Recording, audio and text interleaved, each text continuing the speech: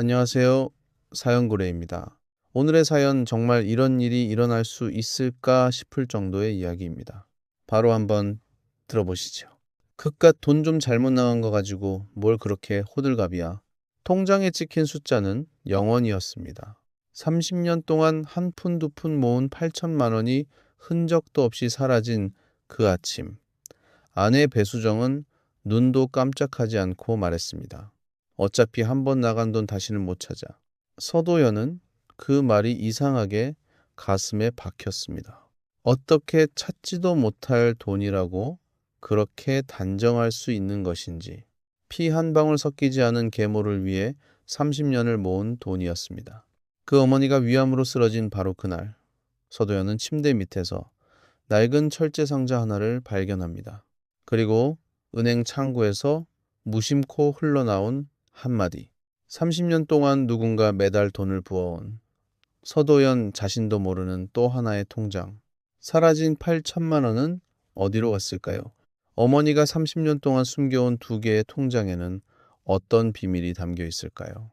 그리고 서도연은 30년 만에 처음으로 그 한마디, 엄마를 부를 수 있을까요? 오늘의 사연 시작합니다. 이야기 시작 전에 구독을 꾹 눌러주세요. 오늘도 행복한 하루 되기를 기원합니다. 새벽의 공기는 차가웠습니다. 서도연은 아직 어둠이 가시지 않은 창밖을 바라보며 넥타이를 메고 있었습니다. 41살의 대학 부교수 서도연의 얼굴에는 오랜 세월 쌓인 피로가 깊게 배어 있었습니다. 그날따라 가슴 한쪽이 이상하게 두근거렸습니다. 오늘은 30년 동안 마음속에만 품어왔던 일을 드디어 이루는 날이었기 때문입니다. 거실 한쪽 서랍 안에는 작은 통장 하나가 들어 있었습니다. 아내 배수정도 모르는 서도연 혼자만의 통장이었습니다. 그 안에는 8천만 원이라는 돈이 차곡차곡 쌓여 있었습니다. 지난 몇 년 동안 강의료를 아끼고 책값을 줄이고 점심을 거르며 한 푼 두 푼 모은 돈이었습니다. 이 돈으로 늙으신 어머니에게 작은 아파트 한 채를 사드리려는 것이었습니다. 서도현에게 어머니 윤말년은 보통 어머니가 아니었습니다. 피 한 방울 섞이지 않은 계모였습니다. 하지만 서도현에게는 세상에 단 하나뿐인 진짜 어머니였습니다. 서도현이 12살이 되던 해의 겨울이었습니다. 아버지의 사업이 무너지고 빚쟁이들이 매일같이 집문을 두드렸습니다. 그 무렵 친어머니는 남은 돈을 모두 챙겨 집을 나갔습니다. 금방 돌아오겠다는 말을 남기고 떠난 친어머니는 30년이 지나도록 돌아오지 않았습니다. 어린 서도연은 그날 이후로 사람의 약속을 쉽게 믿지 못하는 아이가 되었습니다. 아버지마저 윤말녀와 살림을 합친 지 1년도 채 되지 않아 지병으로 세상을 떠났습니다. 주변 사람들은 모두 윤말녀에게 말했습니다. 피도 안 섞인 남의 자식을 왜 떠안느냐고 보육원에 보내라고 했습니다. 하지만 윤말녀는 어린 서도현의 손을 꼭 잡고 한마디만 했습니다. 무슨 소리들 하는 거예요? 이 어린 게 무슨 죄가 있다고. 내가 키워요. 이 아이는 이제 내 아들이에요. 다들 그만 돌아가세요. 윤말녀의 목소리는 낮았지만 단단했습니다. 그날부터 윤말녀의 고된 삶이 시작되었습니다. 시장에서 백반장사를 했고 공사장에서 마기를 했고 새벽에는 폐지를 주었습니다. 손등은 갈라지고 허리는 점점 굽었습니다. 그렇게 번 돈으로 윤말녀는 의붓 아들을 박사로 키워냈습니다. 서도연은 거울 앞에서 넥타이 매듭을 다시 한번 매만졌습니다. 오늘은 어머니를 모시고 부동산에 가기로 한 날이었습니다. 어제 저녁 부동산 중개인 표지영과 통화를 마쳤습니다. 깨끗하고 햇볕 잘 드는 아파트가 하나 나왔다는 말에 밤새 잠을 설쳤습니다. 이제야 어머니에게 무언가를 해드릴 수 있다는 생각에 가슴이 벅찼습니다. 서도연은 통장을 확인하려고 휴대폰을 들었습니다. 은행 앱을 열고 잔액을 눌렀습니다. 그 순간 서도현의 손가락이 그대로 멈췄습니다. 화면에 찍힌 숫자는 8천만 원이 아니었습니다. 잔액은 단돈 0원이었습니다. 서도현은 자신의 눈을 의심했습니다. 화면을 닫았다가 다시 열었습니다. 손가락이 가늘게 떨리기 시작했습니다. 거래 내역을 눌러보았습니다. 사흘 전 8천만 원 전액이 한 번에 빠져나간 기록이 선명하게 찍혀 있었습니다. 이게 대체 무슨 일이야? 분명히 있었는데, 어제까지만 해도 분명히 있었는데, 서도연의 입에서 마른 목소리가 새어나왔습니다. 이마에 식은땀이 맺혔습니다. 다리에 힘이 풀려 그대로 소파에 주저앉았습니다. 누군가 자신의 돈을 통째로 가져갔다는 사실이 도무지 믿기지 않았습니다. 이 통장은 자신만 아는 통장이었습니다. 비밀번호도 자신만 알고 있었습니다. 그때 안방문이 열리고 아내 배수정이 나왔습니다. 38살의 배수정은 잠옷 차림으로 머리를 묶으며 거실로 걸어 나왔습니다. 아침부터 왜 그러고 앉아있어? 사람이 넋이 나간 것처럼. 무슨 일인데 그래? 배수정의 목소리는 평소처럼 무덤덤했습니다. 서도연은 떨리는 손으로 휴대폰 화면을 내밀었습니다.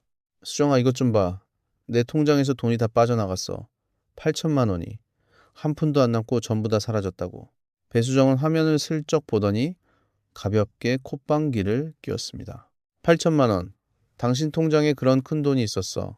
나는 듣도 보도 못한 돈인데 그 돈 대체 어디서 난 거야? 나 몰래 뭘 그렇게 꼽을 쳐뒀대. 배수정의 눈빛이 순간 차갑게 변했습니다. 하지만 서도연은 그 미묘한 표정 변화를 알아채지 못했습니다.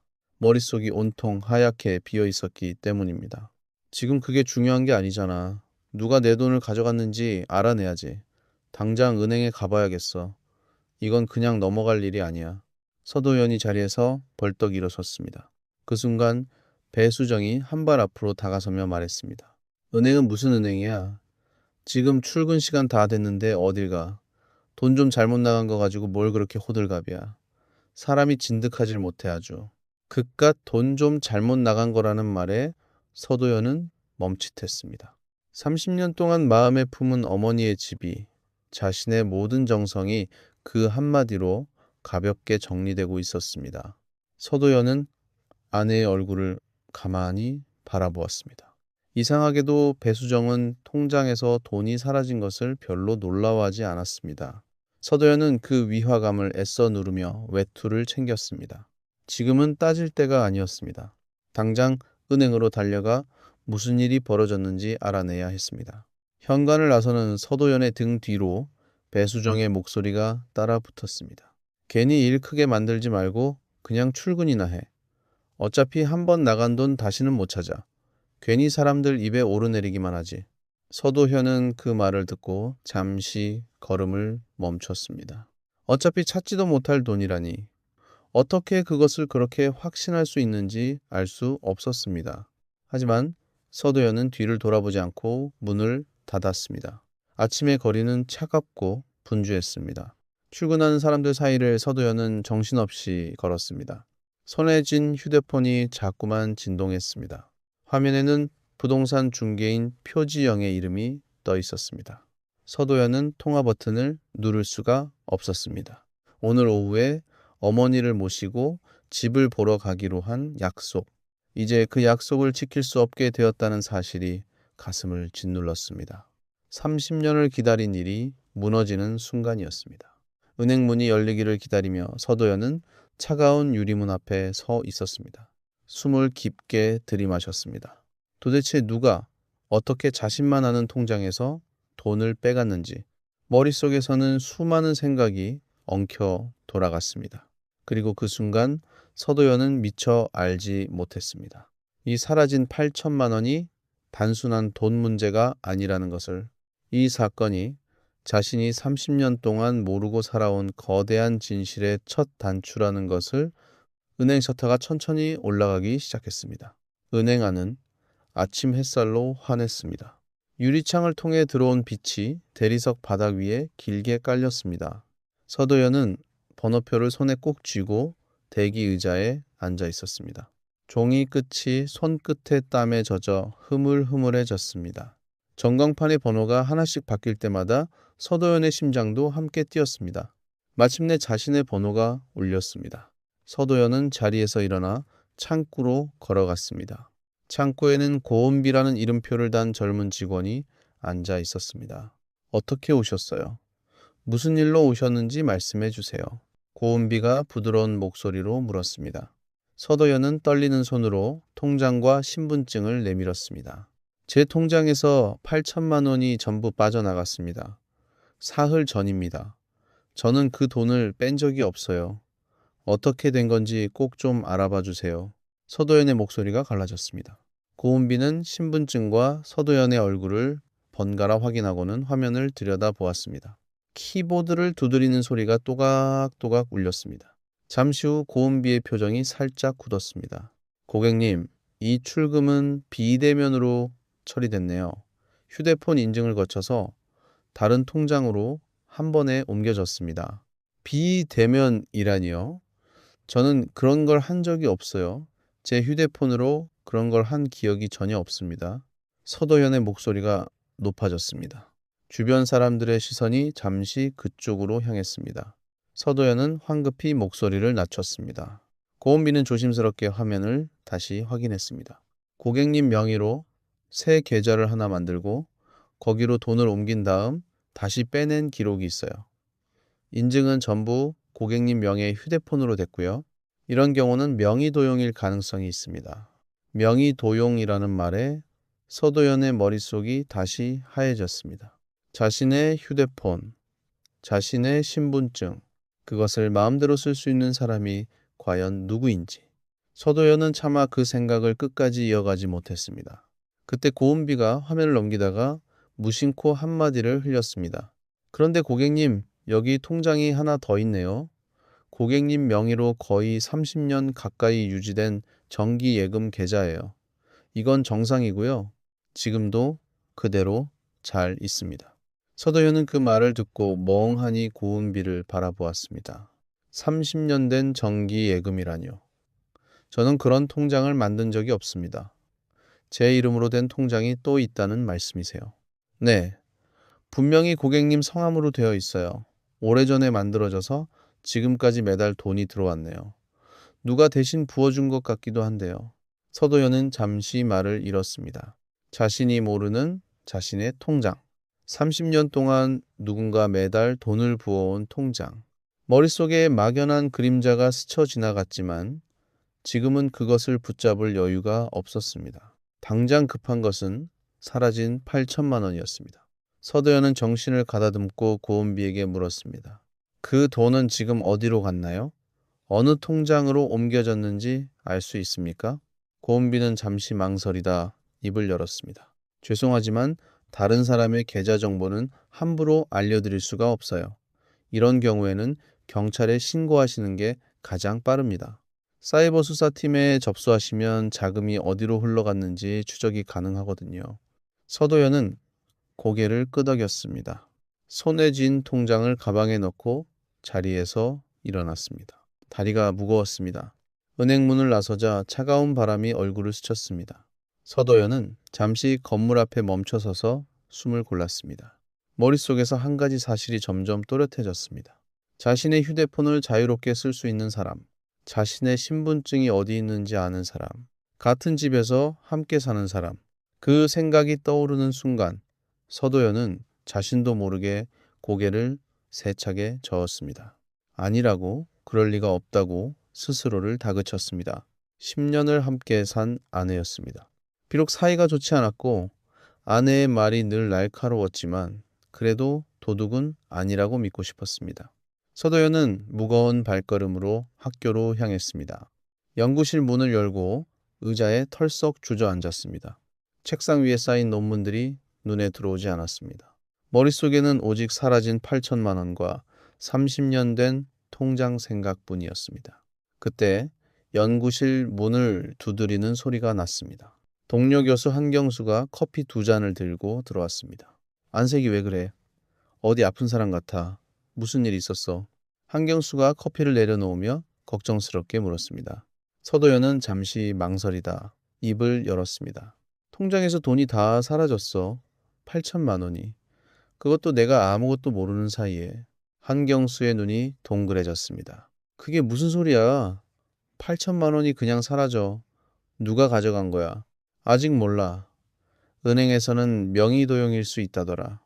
내 휴대폰으로 인증이 다 됐다고. 그런데 나는 그런 적이 없거든. 한경수는 잠시 생각에 잠겼습니다. 그러더니 조심스럽게 말을 꺼냈습니다. 가만, 돈 빠져나간 날이 언제라고 했지? 사흘 전이라고. 맞아, 사흘 전이야. 그날 너 하루 종일 나랑 같이 연구실에 있었잖아. 아침부터 저녁까지. 회의 끝나고 같이 저녁도 먹었고 네가 그 시간에 은행 일을 봤을 리가 없어. 서도연은 그 말에 정신이 번쩍 들었습니다. 사흘 전 그날 자신은 분명히 학교에 있었습니다. 그렇다면 자신의 휴대폰으로 인증을 한 사람은 자신이 아니라는 뜻이었습니다. 누군가 자신의 휴대폰을 들고 자신의 신분증을 들고 그 일을 저질렀다는 것이었습니다. 서도현의 손끝이 다시 떨리기 시작했습니다. 이제 도망칠 수 없었습니다. 범인은 집 안에 있었습니다. 서도현은 커피를 한 모금 마셨습니다. 쓴맛이 혀끝에 길게 남았습니다.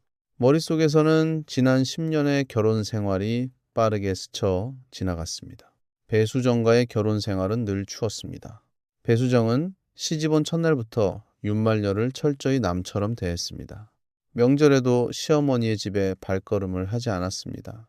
윤말녀가 어쩌다 김치라도 한 통 보내오면 배수정은 냄새난다며 베란다에 내놓았습니다.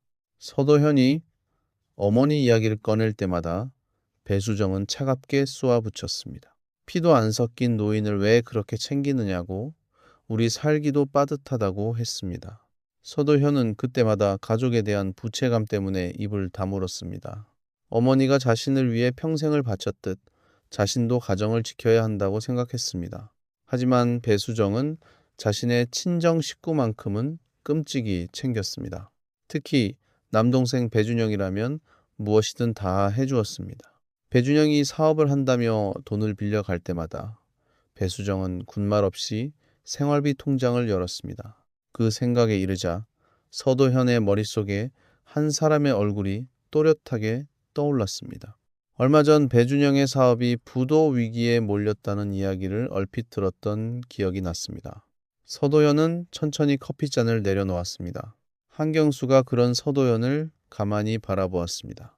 표정 보니 짐작 가는 사람이 있나 보네. 도연아, 이건 그냥 넘길 일이 아니야. 큰 돈이잖아. 경찰에 신고부터 해. 혼자 끙끙 앓지 말고. 서도현은 고개를 끄덕였습니다. 하지만 가슴 한구석이 무겁게 내려앉았습니다. 경찰에 신고한다는 것은 어쩌면 가족을 향해 칼을 겨눈다는 뜻일 수도 있었습니다. 서도현은 창밖을 바라보았습니다. 오후의 햇살이 운동장 위로 길게 드리워져 있었습니다. 그 평화로운 풍경과 달리 서도현의 마음속은 폭풍이 몰아치고 있었습니다. 바로 그때 책상 위에 놓인 휴대폰이 울렸습니다. 화면에는 낯선 번호가 떠 있었습니다. 지역 번호를 보니 안동이었습니다. 어머니 윤말녀가 사는 곳이었습니다. 서도현은 불안한 마음으로 통화 버튼을 눌렀습니다. 수화기 너머로 다급한 여자의 목소리가 들려왔습니다. 여보세요? 도현 오빠 맞죠? 저 다래예요. 윤다래요. 고모가 쓰러지셨어요. 지금 병원이에요. 빨리 좀 와주세요. 서도현은 자리에서 그대로 굳어버렸습니다. 손에 쥔 휴대폰이 무겁게 느껴졌습니다. 사라진 돈도 명의 도용도 모두 머릿속에서 사라졌습니다. 오직 어머니라는 한 단어만이 가슴을 가득 채웠습니다. 서도현은 학교에서 곧장 차를 몰았습니다. 서울에서 안동까지 가는 길은 멀고 멀었습니다. 고속도로 위로 해가 점점 기울었습니다. 서도현은 운전대를 꽉 쥔 채 앞만 바라보았습니다. 어머니가 쓰러졌다는 말이 머릿속에서 떠나지 않았습니다. 병원에 도착했을 때는 이미 저녁이었습니다. 복도의 불빛이 차갑게 느껴졌습니다. 서도현은 병실 번호를 확인하며 정신없이 복도를 달렸습니다. 숨이 턱까지 차올랐습니다. 병실 앞에는 윤다래가 서 있었습니다. 32살의 윤다래는 윤말녀의 조카였습니다. 야무지고 정이 많은 윤다래는 서도현을 보자마자 눈물부터 쏟았습니다. 오빠, 이제 왔어요. 고모가 갑자기 쓰러지셔서 얼마나 놀랐는지 몰라요. 길에서 폐지 줍다가 그대로 주저앉으셨대요. 서도현은 가슴이 철렁 내려앉았습니다. 엄마는 지금 어떠셔? 괜찮으신 거야? 의사는 뭐래? 서도현의 목소리가 다급했습니다. 윤달에는 손등으로 눈물을 닦으며 말했습니다. 검사 결과가 좀 안 좋대요. 주치의 선생님이 오빠 오면 직접 설명한다고 하셨어요. 일단 들어가서 고모부터 봐요. 서도현은 떨리는 손으로 병실 문을 열었습니다. 하얀 침대 위에 윤말녀가 누워 있었습니다. 61살의 윤말녀는 평소보다 더 작고 야위어 보였습니다. 얼굴은 누렇게 떴고 손등에 핏줄이 도드라져 있었습니다. 서도현은 침대 곁으로 다가가 어머니의 손을 잡았습니다. 거칠고 마른 손이었습니다. 평생 고된 일을 해온 손, 갈라지고 굳은 살이 박인 손이었습니다. 윤말녀가 천천히 눈을 떴습니다. 아들을 알아본 윤말녀의 입가에 희미한 미소가 떠올랐습니다. 왔냐? 바쁜 사람이 뭐하러 여기까지 와? 별것도 아닌데 잠깐 어지러워서 그런 거야. 윤말녀의 목소리는 힘이 없었지만 여전히 무뚝뚝했습니다. 서도현은 그 말에 가슴이 미어졌습니다. 엄마, 별것 아니긴 뭐가 별것 아니야. 길에서 쓰러지셨다며. 왜 아프다는 말을 한 번도 안 했어? 자식한테 이렇게 다 숨기면 어떡해? 아프긴 뭐가 아파. 다 늙으면 그러는 거지. 괜히 너 일하는데 패 끼칠까봐 그랬다. 걱정할 거 없어. 윤말녀는 손을 저으며 말했습니다. 하지만 그 손마저 힘없이 침대 위로 떨어졌습니다. 서도현은 어머니의 손을 다시 꼭 잡았습니다. 목이 메어 더 이상 말이 나오지 않았습니다. 그때 병실 문이 열리고 주치의 하정우가 들어왔습니다. 병원 과장인 하정우는 차분한 표정으로 서도현을 복도로 불러냈습니다. 복도로 나온 하정우는 차트를 보며 입을 열었습니다. 보호자분, 어머님 상태를 솔직하게 말씀드리겠습니다. 검사 결과 위에 안 좋은 것이 발견됐습니다. 위암이고 지금 중기 정도입니다. 위암이라는 말에 서도현의 다리가 휘청했습니다. 복도 벽에 손을 짚고 겨우 몸을 지탱했습니다. 위암이라니요. 우리 엄마가 위암이라니. 그럼 이제 어떻게 되는 겁니까? 선생님, 살릴 수 있는 거죠? 서도현의 목소리가 떨렸습니다. 하정우는 차분하게 말을 이었습니다. 다행히 아직 다른 곳으로 퍼지지는 않았습니다. 지금 수술하면 충분히 가능성이 있습니다. 하지만 시기를 놓치면 정말 위험해집니다. 빨리 수술 날짜를 잡으셔야 합니다. 서도현은 고개를 끄덕였습니다. 머릿속이 복잡했습니다. 수술을 하려면 큰 돈이 필요했습니다. 그런데 어머니의 집을 사주려고 모은 8천만 원은 이미 사라지고 없었습니다. 서도현의 가슴이 또 한 번 무너졌습니다. 하정우가 자리를 뜨자 윤달애가 다가왔습니다. 윤달애는 한참을 망설이다가 조심스럽게 입을 열었습니다. 오빠, 사실 저 드릴 말씀이 있어요. 고모댁에서 짐 정리하다가 우연히 본 게 있어서요. 무슨 말인데? 천천히 말해봐. 서도현이 윤달애를 바라보았습니다. 윤달애는 주변을 한번 살핀 뒤 목소리를 낮췄습니다. 고모방 침대 밑에 철제 상자가 하나 있어요. 자물쇠로 잠겨 있는데 거기에 통장이 들어있는 것 같아요. 고모가 평소에 절대 손대지 말라고 신신당부하셨거든요. 아무래도 오빠가 직접 보셔야 할 것 같아서요. 서도현은 잠시 말을 잃었습니다. 어머니의 비밀, 침대 및 철제 상자, 그것이 무엇을 의미하는지 짐작조차 할 수 없었습니다. 그날 밤 서도현은 윤달애와 함께 어머니의 집으로 향했습니다. 어머니가 평생 살아온 작은 단칸방이었습니다. 문을 열자 익숙한 냄새가 코끝에 닿았습니다. 오래된 장판 냄새, 그리고 어머니의 손때가 묻은 살림살이들. 방 안은 단출했습니다. 낡은 이불, 빛바랜 벽지, 다리가 흔들리는 밥상. 한쪽 벽에는 서도현의 박사 학위 사진이 액자에 걸려 있었습니다. 유리에 먼지 하나 없이 깨끗하게 닦여 있었습니다. 어머니가 매일 그 사진을 닦았다는 것을 서도현은 한눈에 알 수 있었습니다. 서도현은 천천히 침대 곁에 무릎을 꿇었습니다. 침대 밑으로 손을 뻗자 차가운 철제 상자가 잡혔습니다. 상자를 끌어내자 윤다래가 작은 열쇠를 건넸습니다. 고모 지갑에 항상 들어있던 열쇠예요. 이걸로 열릴 거예요. 서도현은 떨리는 손으로 자물쇠에 열쇠를 꽂았습니다. 철컥 하는 소리와 함께 자물쇠가 열렸습니다.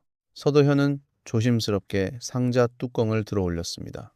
상자 안에는 통장 하나와 빛바랜 종이들이 들어 있었습니다. 서도현은 통장을 집어들어 펼쳤습니다. 첫 장을 넘기는 순간 서도현의 숨이 떠섰습니다. 통장에는 30년에 걸친 입금 기록이 빼곡히 적혀 있었습니다. 한 달에 5만 원, 또 어떤 달은 3만 원, 적게는 몇만 원, 많아야 10몇만 원. 그렇게 30년 동안 한 달도 거르지 않고 돈이 들어가 있었습니다. 통장 맨 마지막 장에 찍힌 잔액은 7천만 원이었습니다. 서도현은 통장을 쥔 손을 부들부들 떨었습니다. 이게 다 엄마가 모은 돈이야. 한 달에 몇만 원씩 30년을 한 번도 안 거르고 윤달에도 통장을 들여다보며 눈물을 글썽였습니다. 고모가 이걸 왜 모으셨을까요? 평생 그렇게 아끼고 굶으면서. 서도현은 통장 옆에 놓인 종이들을 펼쳤습니다. 그것은 낡은 가계부였습니다. 어머니의 삐뚤빼뚤한 글씨가 빼곡히 적혀 있었습니다. 가계부 한 귀퉁이에는 이런 글씨가 적혀 있었습니다. 도연이 장가 갈 때 보태줄 돈. 도연이 집 살 때 보태줄 돈. 혹시 내가 먼저 가면 도연이 혼자라도 기댈 수 있게. 서도현은 그 글씨를 손끝으로 더듬었습니다. 눈앞이 흐려졌습니다.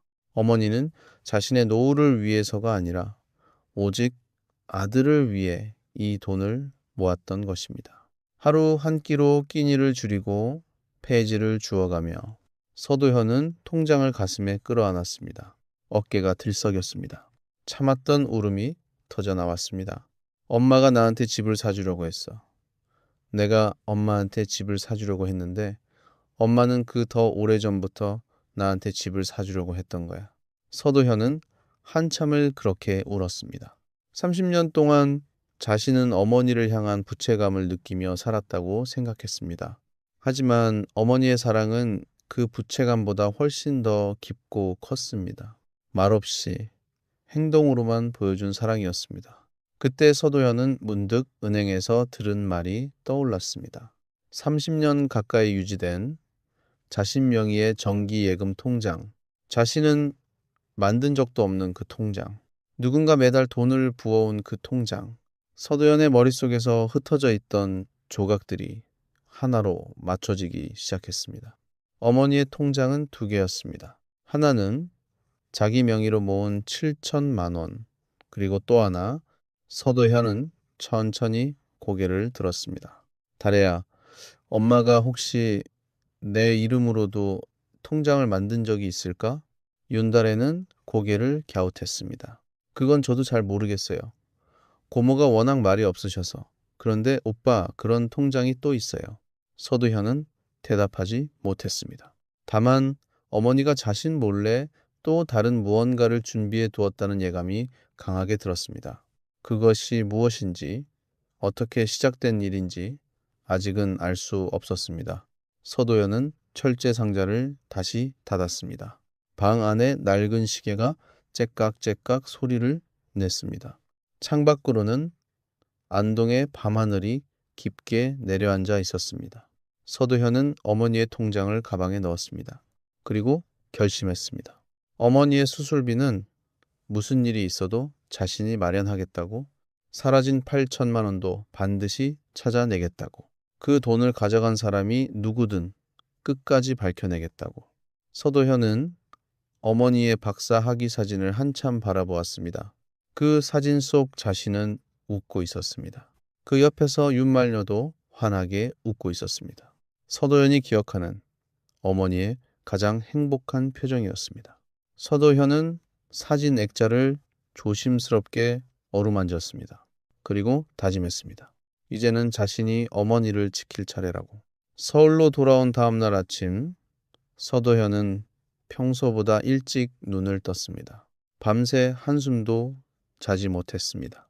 어머니의 통장과 사라진 8천만 원, 그리고 자신 명의의 정기예금 통장, 머릿속이 복잡하게 엉켜 있었습니다. 하지만 서도현은 더 이상 감정에 휘둘리지 않기로 했습니다. 지금 필요한 것은 눈물이 아니라 증거였습니다. 서도현은 차분하게 마음을 다잡았습니다. 거실로 나오자 배수정은 소파에 앉아 휴대폰을 들여다보고 있었습니다. 서도현이 다가가자 배수정은 흠칫 놀라며 휴대폰을 황급히 뒤집었습니다. 그 순간을 서도현은 놓치지 않았습니다. 엄마가 위암이래. 어제 안동에 다녀왔어. 중기라더라. 빨리 수술해야 한대. 서도현이 담담하게 말했습니다. 배수정은 잠시 침묵하더니 차갑게 입을 열었습니다.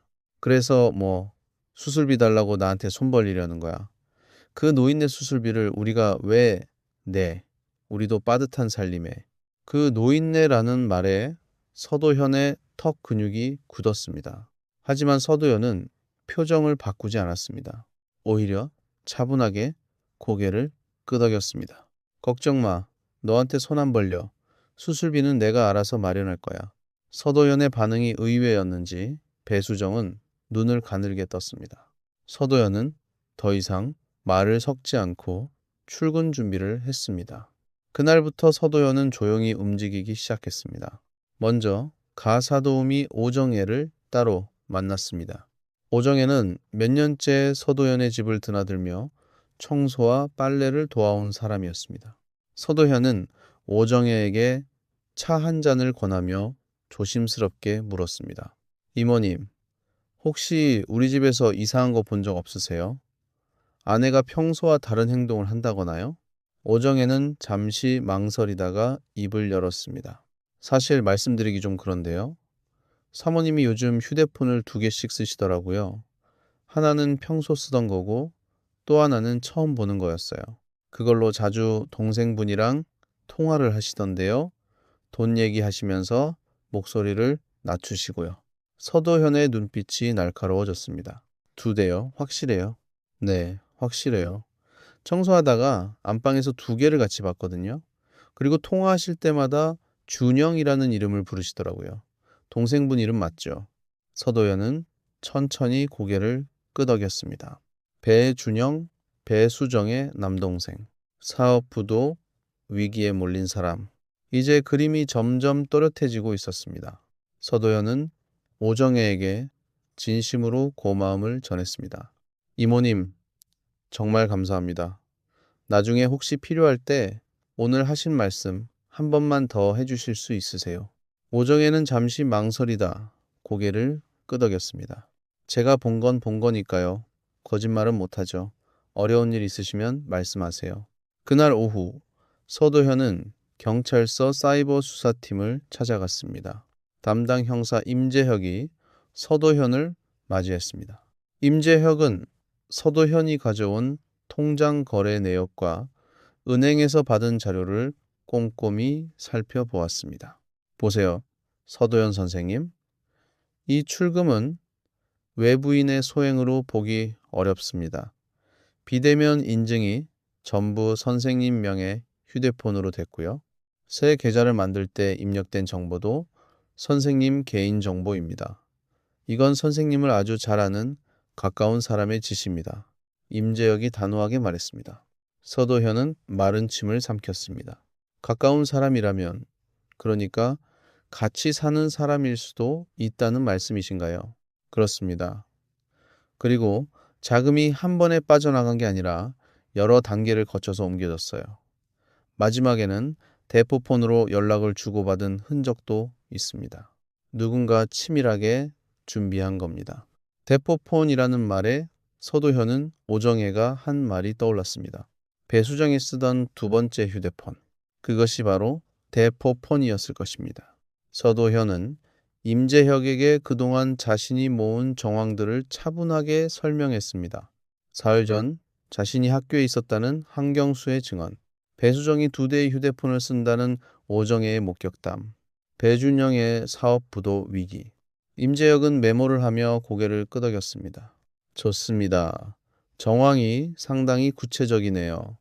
이제 통신 기록을 조회하고 자금 흐름을 추적해 보겠습니다. 선생님은 흥분하지 마시고 평소처럼 행동하세요. 증거가 확실해질 때까지 상대가 눈치채면 안 됩니다. 서도연은 고개를 끄덕였습니다.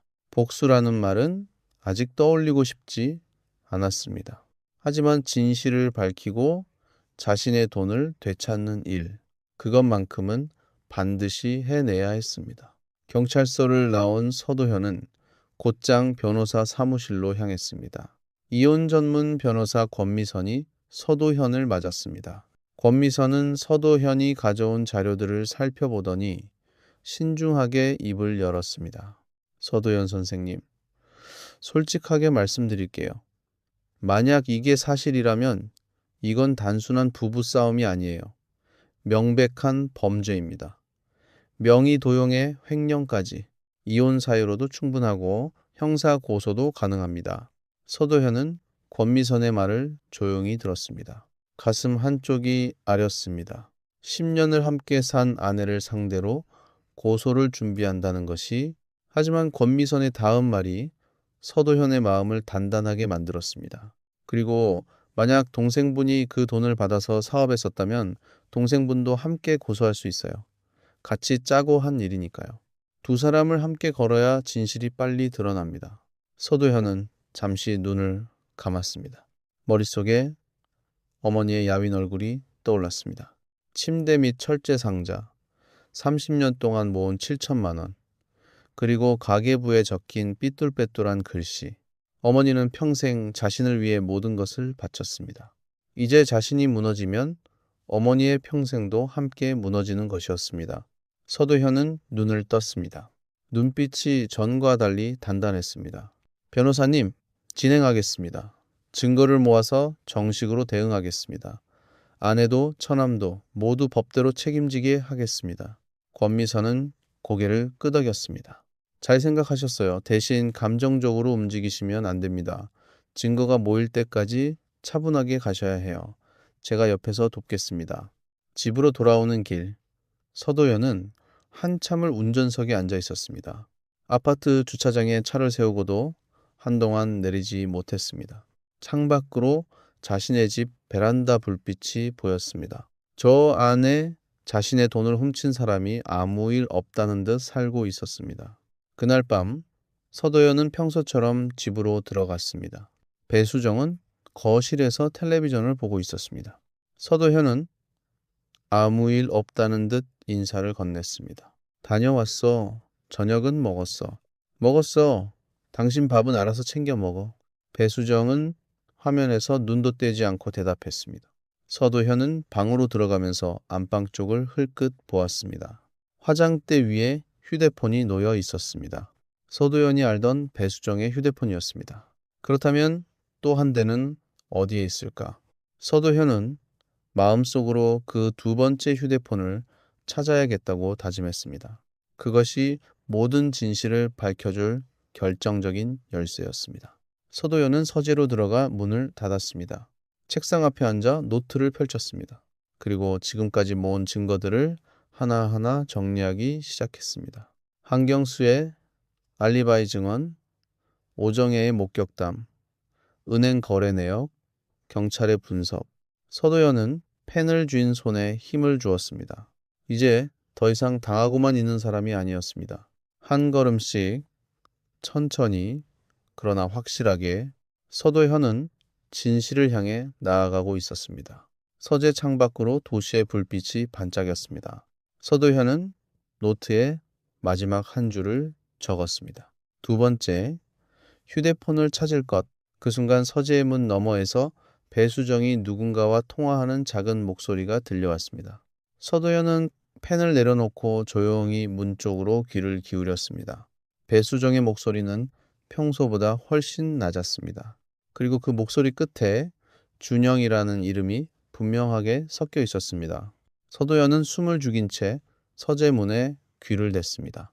문틈으로 배수정의 낮은 목소리가 새어 들어왔습니다. 준영아, 걱정하지 마. 돈은 이미 다 넘어갔으니까. 그 사람은 아직 아무것도 몰라. 그냥 통장 잘못된 줄 알고 헤매고 있어. 며칠만 더 조용히 있으면 돼. 서도연은 그 자리에 그대로 굳었습니다. 가슴속에서 무언가가 무겁게 내려앉았습니다. 이제 모든 것이 분명해졌습니다. 의심이 확신으로 바뀌는 순간이었습니다. 하지만 서도현은 문을 박차고 나가지 않았습니다. 대신 휴대폰을 꺼내 조용히 녹음 버튼을 눌렀습니다. 손끝이 떨렸지만 마음은 차갑게 가라앉아 있었습니다. 지금 이 순간을 그냥 흘려보낼 수는 없었습니다. 배수정의 통화는 한참 이어졌습니다. 수술비, 그 노인네 수술비를 도연이가 마련한다고. 어디서 마련해? 돈도 없는 사람이. 신경 쓸 거 없어. 그 돈은 네 사업에 다 들어갔잖아. 부도만 막으면 되는 거야. 서도현은 두 눈을 질끈 감았습니다. 어머니의 수술비를 두고 그 노인네 운운하는 아내의 목소리. 자신이 모은 돈이 처남의 부도를 막는 데 쓰였다는 사실. 모든 것이 녹음기에 고스란히 담기고 있었습니다. 통화가 끝나는 기척이 들리자 서도현은 녹음을 멈췄습니다. 그리고 아무 일 없다는 듯 책상 앞에 다시 앉았습니다. 심장이 거세게 뛰었지만 표정만은 평온했습니다. 다음 날 아침 서도현은 임재혁 형사에게 녹음 파일을 전달했습니다. 임재혁은 녹음을 듣고 나서 고개를 끄덕였습니다. 이거 결정적입니다. 본인 입으로 돈이 넘어갔다고 인정했고 동생 사업에 썼다는 것도 나왔어요. 이제 통신 기록만 맞추면 됩니다. 조금만 더 기다리세요. 며칠 뒤 임재혁에게서 연락이 왔습니다. 서도현은 곧장 경찰서로 달려갔습니다. 임재혁은 두꺼운 서류를 책상 위에 펼쳤습니다. 추적 결과가 나왔습니다. 사라진 8천만 원은 배수정 명의로 만든 계좌를 거쳐서 결국 배준영의 사업 자금으로 들어갔습니다. 그리고 두 사람은 처남 지인 명의의 대포폰으로 계속 연락을 주고받았어요. 명의 도용, 횡령, 공모, 전부 증거가 잡혔습니다. 서도현은 서류를 내려다 보았습니다. 숫자와 기록들이 차갑게 진실을 말하고 있었습니다. 10년의 결혼 생활이 이렇게 끝나는구나 싶어 가슴이 시렸습니다. 하지만 후회는 없었습니다. 이것은 자신이 시작한 일이 아니라 당한 일이었습니다. 서도현은 변호사 권미선과 함께 이혼 소송과 형사 고소를 동시에 진행했습니다. 배수정과 배준영 두 사람을 함께 고소했습니다. 며칠 후 경찰서에서 두 사람을 불러 조사가 시작되었습니다. 처음에 배수정은 끝까지 발뺌했습니다. 서도현이 직접 돈을 옮겨놓고 자신에게 뒤집어 씌운다며 적반하장으로 나왔습니다. 조사실에서 배수정은 팔짱을 끼고 소리쳤습니다. 내가 무슨 돈을 훔쳐. 증거 있어. 다 저 사람이 꾸민 일이야.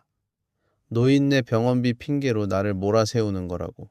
하지만 임재혁이 통신 기록과 자금 흐름, 그리고 녹음 파일을 하나씩 들이밀자 배수정의 얼굴이 점점 하얗게 질렸습니다. 손끝이 떨리기 시작했고 목소리가 점점 작아졌습니다. 그때 옆방에서 조사를 받던 배준영이 더 이상 버티지 못했습니다. 사업장 자금이 묶이고 처벌 압박이 거세지자 배준영은 모든 것을 털어놓기 시작했습니다. 배준영은 책상을 내리치며 소리쳤습니다. 전부 누나가 시킨 거예요. 나는 그냥 돈이 급해서 받았을 뿐이라고요. 매형 통장에서 돈 빼는 거, 휴대폰으로 인증하는 거, 다 누나가 했어요. 나는 시키는 대로 한 죄밖에 없어요. 이 말이 옆방까지 전해지자 배수정은 완전히 무너졌습니다. 믿었던 동생이 모든 책임을 자신에게 떠넘긴 것입니다. 배수정은 의자에 주저앉아 멍하니 허공을 바라보았습니다. 평생 끔찍이 챙겨온 동생에게 배신당한 표정이었습니다. 배준영은 형사처벌과 빚 독촉에 몰리자 결국 사업장 보증금과 남은 자산을 모두 처분했습니다. 그렇게 마련한 돈으로 8천만 원을 서도현에게 돌려주었습니다. 하지만 그 과정에서 배준영은 빚더미에 앉고 말았습니다. 사업은 완전히 무너졌고 살던 집까지 내놓아야 했습니다. 돈을 돌려받던 날 서도현은 통장을 내려다보며 한참을 앉아 있었습니다. 사라졌던 8천만 원이 다시 돌아왔습니다. 하지만 기쁘지만은 않았습니다. 이 돈을 되찾기 위해 한 가족이 무너졌기 때문입니다. 서도연은 그 길로 안동의 병원으로 향했습니다. 어머니 윤말년은 여전히 병실에 누워 있었습니다. 수술 날짜가 코앞으로 다가와 있었습니다. 서도연은 어머니의 손을 잡고 조용히 말했습니다. 엄마, 수술비 다 마련했어. 걱정하지 마. 이제 수술만 받으면 돼. 내가 다 알아서 할게. 윤말년은 흐릿한 눈으로 아들을 바라보았습니다. 무리하지 마라. 나 같은 늙은이 살리겠다고 네 살림 거덜내면 안 돼. 그냥 나는 살 만큼 살았어. 무슨 소리야. 엄마가 무리 안 하게 내가 다 준비했어. 엄마는 그냥 나만 믿고 수술만 잘 받으면 돼. 서도현의 목소리가 떨렸습니다. 윤말년은 아들의 손을 가만히 어루만졌습니다. 거칠고 마른 손이었지만 그 안에 담긴 온기는 따뜻했습니다. 그때 병실 문이 열리고 윤다래가 들어왔습니다. 윤다래의 손에는 낡은 봉투 하나가 들려 있었습니다. 오빠, 이거요. 시장에서 떡집 하시는 정복순 할머니가 오빠한테 꼭 전해달라고 하셨어요. 고모가 옛날에 맡겨둔 거라면서요. 서도연은 의아한 표정으로 봉투를 받아 들었습니다. 봉투 안에는 통장 하나와 도장이 들어 있었습니다. 서도연은 통장을 펼쳤습니다. 그리고 첫 장을 본 순간 온몸이 굳어버렸습니다. 그것은 바로 은행에서 들었던 자신 명의의 정기예금 통장이었습니다. 30년 동안 매달 돈이 들어온 통장. 서도연은 떨리는 손으로 마지막 장을 넘겼습니다. 잔액은 어머니의 철제 상자 속 통장과는 별개의 돈이었습니다. 서도연은 윤말녀를 바라보았습니다. 엄마, 이게 뭐야? 내 이름으로 된 통장이잖아. 엄마가 30년 동안 이걸 부어온 거야. 윤말년은 천천히 입을 열었습니다. 힘없는 목소리였지만 또렷했습니다. 그건 네가 혼자 됐을 때 기댈 미천이다. 내가 모은 7천만 원은 너 집 사주려고 한 거고 그 통장은 따로야. 내가 죽고 없어도 네가 세상에 혼자 남아도 그거 하나만 있으면 굶지는 않겠지 싶어서. 서도연은 통장을 든 채 그 자리에 무너졌습니다. 어머니는 집을 사줄 돈만 모은 것이 아니었습니다. 혹시라도 자신이 세상에 홀로 남을까봐 또 다른 돈을 30년 동안 몰래 부어온 것입니다. 한 사람을 위해 두 개의 미래를 준비한 어머니였습니다. 서도연은 어머니의 가슴에 얼굴을 묻었습니다. 어깨가 들썩였습니다. 참았던 울음이 터져 나왔습니다. 윤말년은 그런 아들의 등을 천천히 쓸어 내렸습니다. 평생 폐지를 줍고 마기를 하던 거친 손으로 한없이 부드럽게, 한없이 따뜻하게 병실 창밖으로 늦은 오후에 햇살이 들어왔습니다. 그 빛이 모자의 모습을 따뜻하게 감쌌습니다. 정복순 할머니가 30년 동안 지켜온 비밀, 그 마지막 조각이 비로소 제자리를 찾는 순간이었습니다. 서도현은 한참 만에 고개를 들었습니다. 눈물로 젖은 얼굴이었지만 눈빛만은 어느 때보다 맑았습니다. 엄마, 이 돈은 안 쓸 거야. 엄마가 나한테 준 마음이니까. 엄마 수술비는 따로 다 마련했어. 엄마는 그냥 오래오래 내 옆에 있어주기만 하면 돼. 윤말년은 희미하게 웃었습니다. 주름진 눈가에 맑은 물기가 맺혔습니다. 서도연은 어머니의 손을 두 손으로 꼭 감쌌습니다. 30년 동안 받기만 했던 사랑. 이제는 자신이 갚을 차례였습니다. 수술날 아침의 공기는 맑고 차가웠습니다. 병원 복도에는 이른 햇살이 길게 들어왔습니다. 서도연은 수술실 앞 의자에 앉아 두 손을 모으고 있었습니다. 윤달에도 그 옆에서 함께 기다렸습니다. 수술실의 빨간불이 켜지기 직전 윤말년은 침대에 누운 채 아들을 바라보았습니다. 서도연은 어머니의 손을 잡고 마지막으로 말했습니다. 엄마, 무서워하지 마. 내가 여기서 기다리고 있을게. 수술 끝나면 바로 옆에 있을 거야. 아무 걱정하지 말고 푹 자고 나와. 윤말년은 희미하게 고개를 끄덕였습니다. 그래, 다녀오마. 너도 밥 거르지 말고. 수술실 문이 닫히고 빨간불이 켜졌습니다. 서도연은 그 불빛을 한참이나 바라보았습니다. 시간이 더디게 흘렀습니다. 수술은 오랜 시간이 걸렸습니다. 서도현은 복도를 서성이다 앉기를 반복했습니다. 머릿속에는 지난 30년의 세월이 영화처럼 스쳐 지나갔습니다. 12살에 홀로 남겨졌던 자신을 걷어준 어머니, 시장에서 백반을 팔던 어머니의 구분 등 폐지를 가득 실은 손수레를 끌던 어머니의 야윈 어깨. 그 모든 장면 속에서 어머니는 한 번도 사랑한다는 말을 한 적이 없었습니다. 하지만 어머니의 모든 행동이 사랑이었습니다. 마침내 수술실 문이 열렸습니다. 주치의 하정우가 마스크를 내리며 걸어 나왔습니다. 수술 잘 끝났습니다. 다행히 다른 곳으로 퍼지지 않아서 깨끗하게 제거했어요. 회복만 잘하시면 됩니다. 서도현은 그 자리에 주저앉을 뻔했습니다. 온몸의 힘이 한꺼번에 풀렸습니다. 윤달에는 두 손으로 입을 막고 눈물을 쏟았습니다. 감사합니다. 선생님, 정말 감사합니다. 서도현은 하정우의 손을 잡고 몇 번이나 고개를 숙였습니다. 며칠 뒤 윤말년은 일반 병실로 옮겨졌습니다. 얼굴에 조금씩 핏기가 돌기 시작했습니다. 서도현은 매일 병실을 지키며 어머니를 돌봤습니다. 죽을 떠먹여 드리고 손발을 주물러 드렸습니다. 그러던 어느 날 오후였습니다. 창밖으로 따뜻한 봄볕이 들어왔습니다. 윤말년은 침대에 기대 앉아 아들이 깎아주는 사과를 받아먹고 있었습니다. 서도현은 사과를 건네다 말고 한참을 어머니를 바라보았습니다. 그리고 천천히 입을 열었습니다. 30년 동안 마음속에만 담아두었던 한마디였습니다. 엄마. 윤말녀가 고개를 들었습니다. 서도현은 떨리는 목소리로 다시 한번 불렀습니다. 엄마. 그동안 한 번도 이렇게 못 불렀어. 미안해. 엄마가 진짜 내 엄마인데. 세상에서 제일 좋은 내 엄마인데. 나 이제부터 엄마라고 부를게. 윤말녀의 눈이 크게 흔들렸습니다. 30년 동안 단 한 번도 들어보지 못한 그 한마디. 어머니라는, 엄마라는 그 한마디. 윤말녀의 주름진 눈가에서 굵은 눈물이 흘러내렸습니다. 그래, 도연아. 그래, 나도 너를 한 번도 남의 자식이라고 생각한 적 없다. 너는 처음부터 내 아들이었어. 내 하나뿐인 아들이었어. 서도현은 어머니를 끌어안았습니다. 두 사람은 한참을 그렇게 안고 울었습니다. 피 한 방울 섞이지 않았지만 세상 그 누구보다 진한 모자였습니다.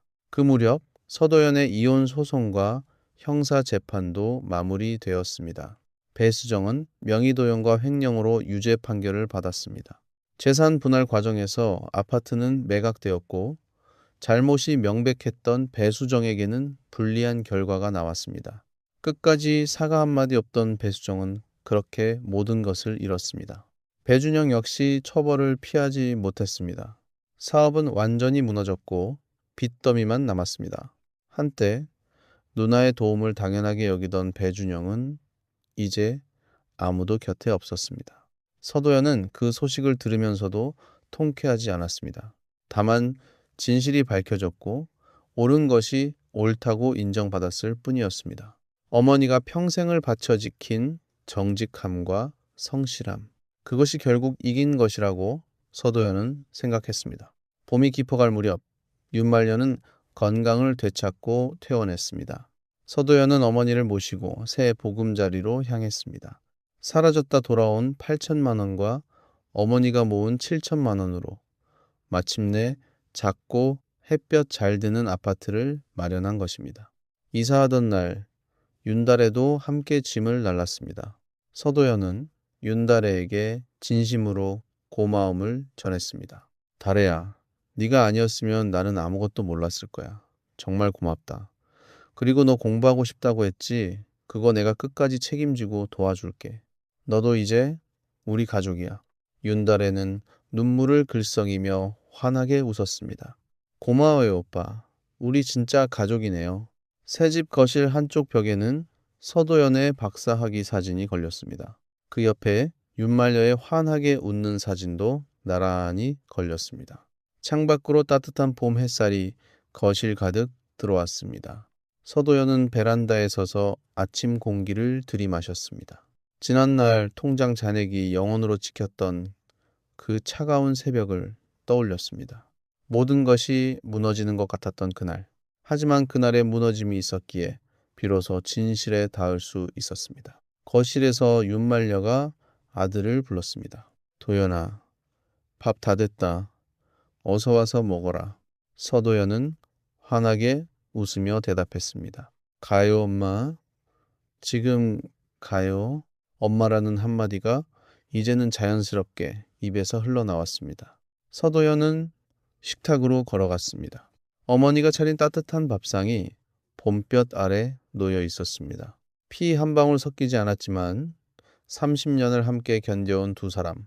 이제야 진짜 가족이 되어 한 식탁에 마주 앉았습니다. 창밖에는 봄꽃이 활짝 피어 있었습니다. 피 한 방울 섞이지 않은 두 사람이었습니다. 12살에 홀로 남겨진 아이를 걷어 시장에서 백반을 팔고 새벽마다 폐지를 주워가며 박사로 키워낸 어머니. 그 어머니는 자기 몫의 노후마저 포기한 채 아들을 위해 2개의 통장을 30년 동안 묵묵히 채워왔습니다. 한마디 생색도, 한 번에 사랑한다는 말도 없이 오직 행동으로만 보여준 사랑이었습니다. 사라진 8천만 원은 한 가정의 거짓과 욕심을 드러냈지만 동시에 30년 동안 감춰져 있던 어머니의 진심을 세상 밖으로 끌어냈습니다. 그리고 서도현은 마침내 30년 만에 처음으로 그 한마디 엄마를 부를 수 있었습니다. 피는 섞이지 않아도 가족이 될 수 있습니다. 말로 표현하지 않아도 사랑은 전해집니다. 세상에는 핏줄보다 진한 마음이 분명히 존재한다는 것을 두 사람은 조용히 보여주었습니다. 여러분의 곁에도 묵묵히 사랑을 주고 계신 분이 있을지 모릅니다. 오늘 하루는 그분께 따뜻한 말 한마디 건네보시는 건 어떨까요? 이야기를 끝까지 들어주신 분이 계시다면 잘 들었다고 댓글 하나만 남겨주세요. 감사합니다.